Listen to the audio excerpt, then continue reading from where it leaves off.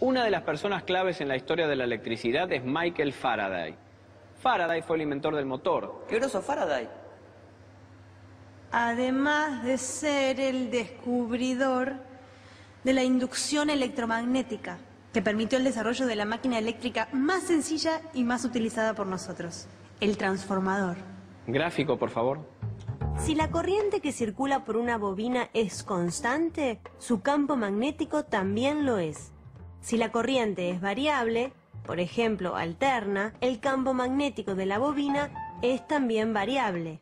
Cuando un campo magnético varía, aparece voltaje en los conductores y bobinas que estén cerca. Si enrollamos dos bobinas aisladas alrededor de un trozo de hierro que canalice el flujo magnético, al alimentar la primera con tensión alterna, el flujo magnético variable generado por esta va a inducir un voltaje en la segunda.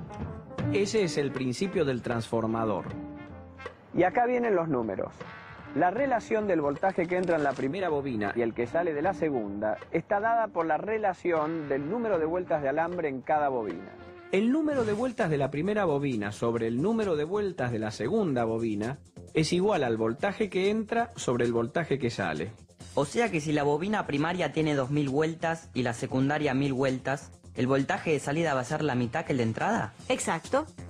Sería el caso de un transformador que se alimenta con 220 volts y entrega 110 volts. Y con la corriente se da la relación inversa.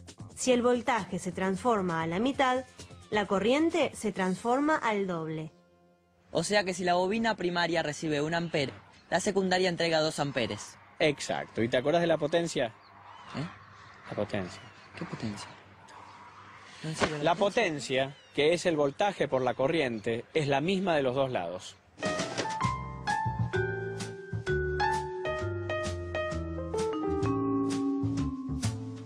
Pero en la práctica no es exactamente así. Siempre algo de potencia se pierde por dispersión de flujo magnético por generación de calor.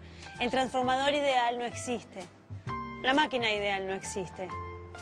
El hombre ideal no existe. Pero a veces tenemos magnetismo. Me dio cara de bobina a mí.